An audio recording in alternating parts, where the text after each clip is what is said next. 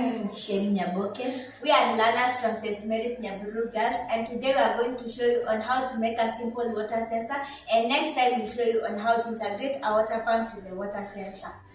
So first you need an RFID arduino kit which contains the materials that I'll be needing. We need LED bulbs, an Arduino Uno board, we need a USB type A cable, we need a water sensor, we need the breadboard, we also need the male and the female jumper wires, and we also need a piezo buzzer.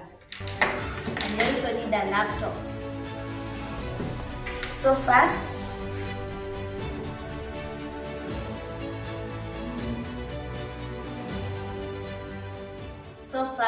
we are going to connect the S pin on the water sensor to the AO on the Arduino Uno board, and then we are also going to connect the positive pin of the water sensor to the 5 voltage on the Arduino Uno. Then we are also going to connect the negative pin on the water sensor to the ground on the Arduino Uno board.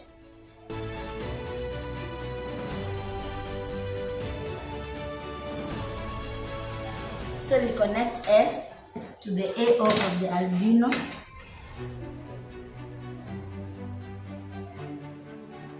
Then we connect the positive to the 5 voltage.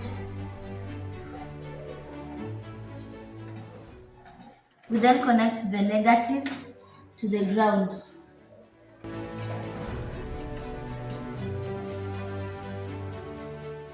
After doing that, you take your breadboard and connect the 3 LEDs to the breadboard. Whereby we have the LEDs, and we have here the longer part and the shorter part. So the longer part is known as the positive cathode, and the shorter part is known as the negative anode. So the negative anode will enter to the negative side.